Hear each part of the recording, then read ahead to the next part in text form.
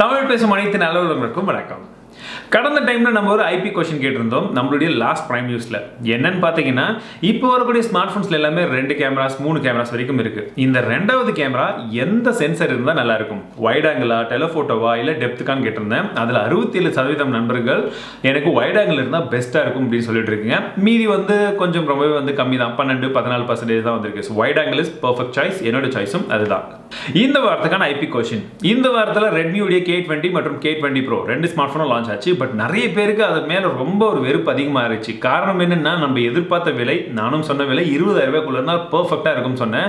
அவங்க லான்ச் பண்ணது 22, 24, 27 அந்த மாதிரி லான்ச் பண்ணிட்டாங்க.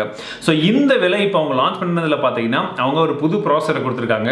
ஒரு கார்னிங் கோரில்லா கிளாஸ் 5 கொண்ட ஃப்ரண்ட் அண்ட் பேக் 2 சைடுமே நல்ல கார்னிங் கோரில்லா கிளாஸ் கொடுத்துருக்காங்க. ஒரு செம்ம டிசைன். இது எல்லாமே சேர்த்து அந்த விலை கொடுத்துருக்கிறது உங்களுக்கு கரெக்டாக இருக்குன்னு தோணுதா, இல்லை இவங்க அதிகமாக தான் கொடுத்துருக்காங்கன்னு தோணுதா? மேலே ஐபட்டனில் கொடுத்துருக்கேன், மறக்காம ஓட் பண்ணுங்க. ஒரு வீடியோ கேமரான்றது இன்னைக்கு நம்ம மொபைல் ஃபோன்ஸ்ல இருந்து இவ்வளோண்டு கேமரா தெரியாம பட்டன் எல்லாம் கூட வைக்கிறோம். ஆனால் முதல்ல ஒரு வீடியோ கேமரா ரெக்கார்டர் எவ்வளோ பெருசு இருந்ததுன்னு தெரியுமா? ஆனால் குறிப்பாக எப்போ அதை தயாரிச்சாங்கன்னு தெரியுமா? 1956ஆம் ஆண்டு தான் முதல் வீடியோ கேமரா ரெக்கார்டர் தயாரிச்சிருக்காங்க. அது மட்டும் கிடையாது, அதோடைய சைஸ் ஒரு பியானோ சைஸ் இருந்ததா சொல்றாங்க. இவ்வளோ கிடையாது, இவ்வளோ. ஸோ அவ்வளோ பெருசு இருந்ததா சொல்றாங்க. இதில் இன்னொரு விஷயம் என்னன்னா, அந்த மாதிரி இருக்கக்கூடிய அந்த வீடியோ கேமரால எடுத்த ஃபர்ஸ்ட் ஃபுட்டேஜ் எதுன்றது உங்களுக்கு தெரியுமா? அதை நான் சொல்ல மாட்டேன். நீங்க இந்த வீடியோலாம் பார்த்து முடிச்சுட்டு டைம் இருக்கும்போது அதை சர்ச் பண்ணி பாருங்க. தெரிஞ்சதுன்னா கீழே கமெண்ட்ஸ்ல சொல்லுங்க.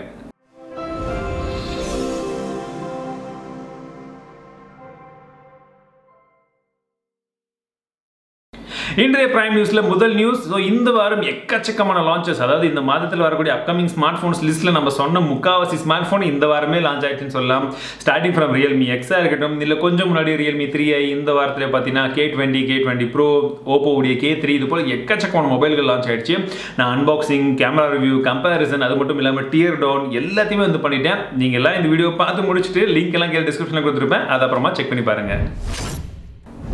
ரியல்மியுடைய ரியல்மி எக்ஸ் இப்போ ரீசெண்டாக லான்ச் ஆச்சு. அடுத்ததாக வரக்கூடிய ஸ்மார்ட் ஃபோன் என்ன அப்படின்னு நிறைய பேர் கேட்டோம்னா ரியல்மி 4ன்னு சொல்லுவீங்க. பட் 4 கிடையாதுங்க, ரியல்மி 5 தான் லான்ச் பண்ண போகிறாங்க. ஆமாங்க, இந்த வருஷம் தீபாவளிக்குள்ளாகவே இந்த ரியல்மி 5 மற்றும் 5 Pro இந்த மொபைல் லான்ச் பண்ண போகிறதுக்கு பிளான் இருக்கிறதா சொல்லிட்டு இருக்காங்க. அது மட்டும் கிடையாது, இது தீபாவளிக்கு கரெக்டாக அந்த சேல் ரொம்ப அதிகமாக பண்ணுறதுக்கு இவங்க பிளான் பண்ணிட்டு இருக்கிறதா சொல்கிறாங்க.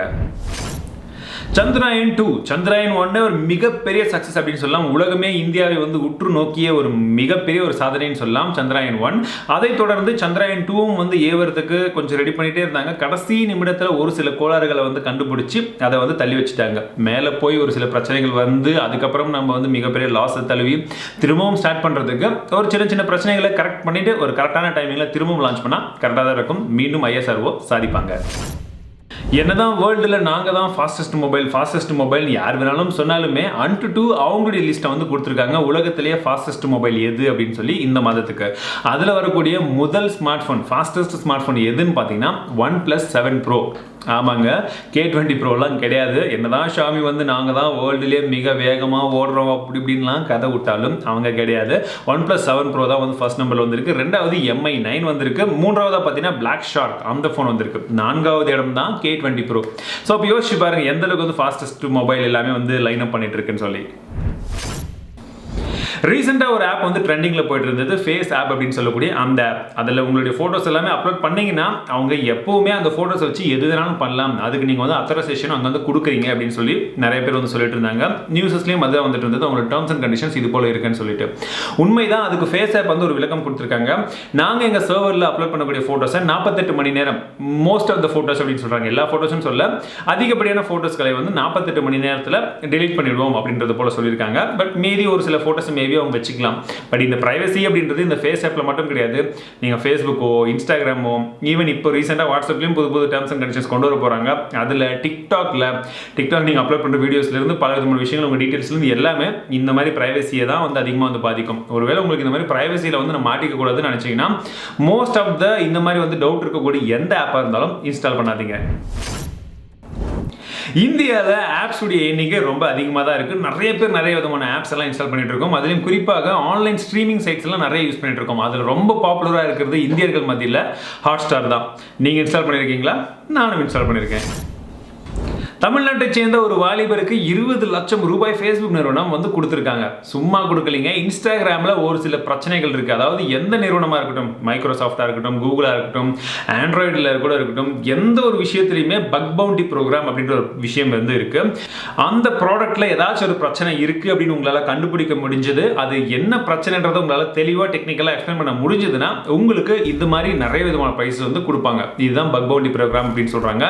அந்த மாதிரி ஒரு விஷயத்தில் இவர் இன்ஸ்டாகிராமில் யாருடைய ப்ரொஃபைல் வேணாலும் ஒரு சின்ன ஒரு விஷயம் மூலிமா வந்து பார்க்க முடியும் அப்படின்ற ஒரு சின்ன பக்கை வந்து கண்டுபிடிச்சி ஃபேஸ்புக் நிறுவனத்துக்கு சொன்னதாகவும் அதை உறுதிப்படுத்திக்கிட்டு ஃபேஸ்புக் நிறுவனம் இவருக்கு $30,000 கொடுத்துருக்காங்க. அதாவது கிட்டத்தட்ட 20 லட்சம் ரூபாய். நல்லா இருக்குல்ல? நானும் ஏதாச்சும் சின்ன சின்னதாக ஒரு 2 அந்த மாதிரி பக்கை கண்டுபிடிச்சா கூட அதுக்கு மேலே எதுவுமே வேணாம், போதும். ஓவேவுடைய யூஎஸ் பேனுக்கு அப்புறமாக பலவிதமான மாற்றங்கள் அந்த கம்பெனிக்குள்ளே போயிட்டு இருக்கு. அதில் குறிப்பான ஒரு விஷயம் என்னன்னா, சொந்தமாக ஒரு ஓஎஸை வந்து தயாரிக்கிற முயற்சியில் அவங்க ஈடுபட்டு இருக்காங்க. இதுக்கு பலவிதமான பேரை வந்து அவங்க ட்ரேட்மார்க் பண்ணிக்கிட்டே இருக்காங்க. அதில் வந்து பார்த்தீங்கன்னா ஒரு பேர் ஹாங்மேங் அப்படின்னு சொல்லக்கூடிய ஒரு பேர். இதை வந்து இந்த ஓஎஸ் எப்படி இருக்கும் அப்படின்னா, இது ஆண்ட்ராய்டுக்கு ஒரு மாற்றாக இருக்காது, பட் ஆண்ட்ராய்டை விட ரொம்பவே வேகமாக இருக்கும். கிட்டத்தட்ட 60% வரைக்கும் வேகமாக இருக்கும் அப்படின்றத போல சொல்கிறாங்க. பொறுத்திருந்து பார்க்கலாம். உண்மையிலேயே அந்தளவுக்கு வேகமாக இருந்தாலும் ஆப்ஸ் எல்லாம் எப்படி இருக்க போகுது, மற்ற கண்ட்ரீஸில், சைனாவை தவிர மற்ற கண்ட்ரீஸில் இதோடைய சேஃப்டி அண்ட் ப்ரைவசி எப்படி இருக்க போகுது பார்க்கலாம். இந்திய அரசாங்கம் டிக்டாக்கை திரும்பவும் பேன் பண்ணுறதுக்கு ஒரு வார்னிங் வந்து கொடுத்துருக்காங்க. என்ன அப்படின்னு பார்த்தீங்கன்னா, டிக்டாக் அவங்களுடைய ப்ரைவசியாக இருக்கட்டும், நம்மளுடைய டேட்டாஸை வந்து அதிகப்படியான ஒரு கரெக்டான இன்ஃபர்மேட்டிவாக வந்து எடுத்துகிட்டு போகலை, இது வந்து தவறான பல விதமான விஷயங்களை வந்து யூஸ் பண்ணுறாங்க அப்படின்றது போல் கவர்மெண்ட்டுக்கு சந்தேகம் வந்திருக்கு. அதை பற்றின விளக்கங்கள் வந்து டிக்டாக் கிட்ட கேட்டிருக்காங்க. பட் இது வந்து கொஞ்சம் அப்படி இப்படின்னு கொஞ்சம் இருந்த மாதிரி தெரிஞ்சதுன்னா டிக்டாக்கை சீக்கிரமாக வந்து பேன் பண்ணிடுவாங்க. அது கூடிய சீக்கிரம் நடக்கும் அப்படின்னு தான் எதிர்பார்க்குறோம். பிகாஸ் டிக்டாக்கும் அந்த மாதிரி தான் வந்து பண்ணிட்டு இருக்காங்க. கூகுளுடைய பேரண்ட் நிறுவனமான ஆல்பபெட் அப்படின்னு சொல்லக்கூடிய அவங்க ஒரு ஆப் வந்து டிசைன் பண்ணியிருக்காங்க. இந்த ஆப் எதுக்குன்னு பார்த்தீங்கன்னா, ட்ரோனுடைய டிராஃபிக்ஸ், ஏர் டிராஃபிக் ட்ரோனுக்காக, அதுக்காக டெடிக்கேட்டடாக வந்து இந்த ஆப்பை டிசைன் பண்ணியிருக்காங்க. எப்படியும் வந்து வருங்காலத்தில் ட்ரோன்ஸ் நிறைய பறக்கும் இல்லை, அதுக்கு இந்த ஆப் வந்து கண்டிப்பாக உதவும். ரெட்மி உடைய K20 மற்றும் K20 Pro உடைய பிரைசிங் ரொம்ப அதிகமாக இருக்குது அப்படின்னு தான் வந்து நிறைய பேர் சொல்லிட்டு இருக்கோம். அதுக்கு தான் மேலே ஒரு போலும் கொடுத்துருக்கேன், ஓட் பண்ணிட்டு இருப்பீங்கன்னு நினைக்கிறேன். ஸோ இந்த பிரைசிங் நாங்கள் வந்து கரெக்டாக தான் வச்சிருக்கோம்னு சொல்லி ஓப்பனாக வந்து மனுகுமார் ஜெயின் வந்து ஒரு ஸ்டேட்மெண்ட் வந்து கொடுத்துருக்காரு. பட் அதுலேயும் என்ன சொல்லியிருக்காங்கன்னா, நோ டிஸ்பிளே ஆட்ஸ் அப்படின்ற மாதிரி சொல்லியிருக்காங்க. அதாவது நோ ஆட்ஸ்னே சொல்லலை, டோன்ட் டிஸ்பிளே ஆட்ஸ்ன்ற மாதிரி ஏதோ ஒரு கதை விட்டு வச்சிருக்காங்க. ஆட்ஸ் இருக்காதா, அது என்ன டிஸ்பிளே ஆட்ஸ் மட்டும் வராதா, லிங்க் ஆட்ஸ் எல்லாம் வருமா, எதுவுமே எக்ஸாக்டாக சொல்லலை. எனக்கு நோ ஆட்ஸ், நான் நீங்கள் வந்து 22,000 கொடுங்கன்னா ஓகே, ஃபோன் பிடிச்சிருக்குன்னா வாங்குவாங்க, அப்படி இல்லை அப்படின்னா பிரச்சனை இல்லை. பட் ஆட்ஸ் இருக்குமா இல்லைன்றது ஒரு அஃபிஷியல் ஸ்டேட்மெண்ட்டில் கொடுக்க முடியலன்னா அது எப்படி இருக்குது அப்படின்னு தான் எனக்கும் வந்து புரியல. கூகுள் நிறுவனம் குரோமில் இருக்கக்கூடிய ஒரு சின்ன சின்ன பக்கை வந்து சீக்கிரமாக ஃபிக்ஸ் பண்ணுறதுக்கு ஒரு சில நடவடிக்கை எடுத்துகிட்டு இருக்கிறதா சொல்கிறாங்க. என்னடான்னு பார்த்தீங்கன்னா, இன்காக்னிட்டோ மோடில் நீங்கள் போய் செய்யக்கூடிய ஒரு சில விஷயங்களை வந்து வெப்சைட்டில் இருந்து டேரெக்டாக வந்து பார்க்கக்கூடாது. இதுதான் நார்மலாக இருக்கக்கூடிய ரூல். பட் இதையும் தாண்டி நீங்கள் என்னென்னலாம் செய்றீங்கன்றதை நார்மலாக எப்படி பார்க்குறோமோ அதே போல் அதுலேயும் வந்து எல்லா விஷயங்களும் வந்து பண்ண முடியும் அப்படின்றது போல சின்ன லூப் போல் வந்து இருக்கிறதா சொல்கிறாங்க. இதை சீக்கிரமாக அவங்க ஃபிக்ஸ் பண்ண போகிறதாகவும் சொல்கிறாங்க. அதே போல் கூகுள் அண்ட் ஃபேஸ்புக் இந்த இரண்டு நிறுவனமே நீங்கள் இன்காக்னிட்டோ மோடில் போய் பான் சைட்ஸ் பார்த்தாலுமே உங்களை ட்ராக் பண்ணிக்கிட்டே தான் இருக்காங்க அப்படின்றது போல ஒரு அதிர்ச்சிகரமான ஒரு தகவல் வந்து வந்திருக்கு. ஸோ இது வந்து எந்த அளவுக்கு உண்மை அப்படின்றத பட்சத்தில் விட இது பிரைவசிக்கு எந்த அளவுக்கு வந்து பாதிப்பு ஏற்படுத்த போகுது அப்படின்றத ஒரு மிகப்பெரிய டிபேட்டாக வந்து போயிட்டு இருக்கு.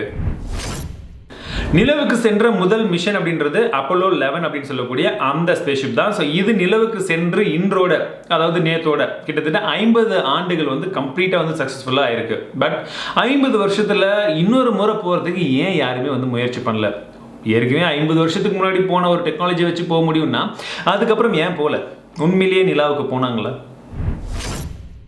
சாம்சங் நிறுவனம் LPDDR5 ரேமை வந்து அதிகமாக தயாரிக்க ஆரம்பிச்சதா சொல்கிறாங்க. அதுலேயும் குறிப்பாக 5G கேப்பபிலிட்டிஸோட 12 GB ரேமை ரொம்ப அதிகமான ப்ரொடக்ஷனில் போயிட்டு இருக்கிறதா சொல்கிறாங்க. மேபி அடுத்த வருஷம் ஃபுல்லாகவே நம்ம 5G LPDDR5 அது மட்டும் கிடையாது, கூடவே 12 GB ரேம் அதிகமான மொபைல்ஸில் பார்க்க முடியும் அப்படின்னு நம்புகிறேன். கடந்த வாட்டி நான் பிரைம் நியூஸ்லேயே சொல்லியிருந்தேன், அவதார் இந்த ரெக்கார்ட் இது வரைக்கும் பிரேக் பண்ணவே முடியல. அதனால தான் வந்து அவெஞ்சர்ஸ் எண்ட் கேமை வந்து இன்னொரு முறை வந்து லான்ச் பண்ணுறாங்கன்னு சொல்லி லான்ச் ஆகி கொஞ்ச நாள்லேயே அவதாருடைய ரெக்கார்டை பிரேக் பண்ணிடுச்சிங்க. ஆமாம், இப்போதைக்கு வேர்ல்ட்லேயே அதிகமான வந்து ஏர்ன் பண்ண ஒரு மூவி, ரொம்ப அதிகமான கிராஸ் அப்படின்னா அது இப்போ அவெஞ்சர்ஸுடைய எண்ட் கேம் தான். இந்த வர பிரைம் நியூஸ் கண்டிப்பாக உங்களுக்கு பிடிச்சிருக்குன்னு நினைக்கிறேன். ஸோ ஒரு சில அனௌன்ஸ்மெண்ட்டை நான் உங்ககிட்ட சொல்லணும் அப்படின்னு ஆசைப்படுறேன். ஃபர்ஸ்ட் விஷயம், நம்மளுடைய ரீசெண்டாக நம்ம போட்ட vlog இப்போ லைவ்ல இருக்கு, மேலே ஐ பட்டனில் கொடுக்குறேன், மறக்காம வந்து நீங்கள் செக் பண்ணி பாருங்க. அடுத்த vlog வந்து நம்ம சைனா போன அந்த vlog வந்து நான் அப்லோட் பண்ண போறேன். இது வரைக்கும் நீங்கள் தமிழ் சொல்லும் சேனலுக்கு சப்ஸ்கிரைப் பண்ணலாம், சப்ஸ்கிரைப் பண்ணிக்கோங்க. ரெண்டாவது விஷயம், பிஹைண்ட் வுட் ஆட்ஸ் அப்படின்னு சொல்லக்கூடிய அந்த சேனல்ல இருந்து நம்ம இன்டர்வியூ எடுத்திருந்தாங்க. ரொம்ப நாளைக்கு முன்னாடி கேட்ட இன்டர்வியூ தான், பட் ரீசெண்டாக தான் என்னால் கொடுக்க முடிஞ்சது. அதுவும் இப்போ லைவ்ல இருக்கு. நீங்கள் அதையும் பார்க்கலன்னா அதையும் வந்து செக் பண்ணி பாருங்க. இப்போ நான் சொல்லக்கூடிய எல்லா லிங்க்கும் கீழே டிஸ்கிரிப்ஷன்ல வந்து கொடுத்துருப்பேன். பிளஸ் ரீசெண்டாக ஒரு கிவ்அவே 10 இயர்ஃபோன்ஸ் வந்து நம்ம கிவ்அவேல கொடுக்க போறோம். ஸோ இது எப்போ என்னன்னு பார்த்தீங்கன்னா அந்த வீடியோவில் ஒரு கமெண்ட்ஸ் கண்டிப்பாக நீங்கள் பண்ணணும். பிளஸ் எங்கேயாச்சும் ஒரு இடத்துல ஷேர் பண்ணணும். வின்னர்ஸை நான் ஒவ்வொரு இடத்துல இருந்தும், அதாவது ட்விட்டர், இன்ஸ்டாகிராம், ஃபேஸ்புக், ட்விட்டரில் மறக்காம ஃபாலோ பண்ணிட்டே இருங்க. வின்னரை எப்பயும் அங்கே வந்து அனௌன்ஸ் பண்ணிட்டே இருப்பேன். இன்ஸ்டாகிராம் மற்றும் ஃபேஸ்புக்லையும் அனௌன்ஸ் பண்ணுவேன். ஸோ எல்லாருக்குமே ஆல் தி பெஸ்ட்.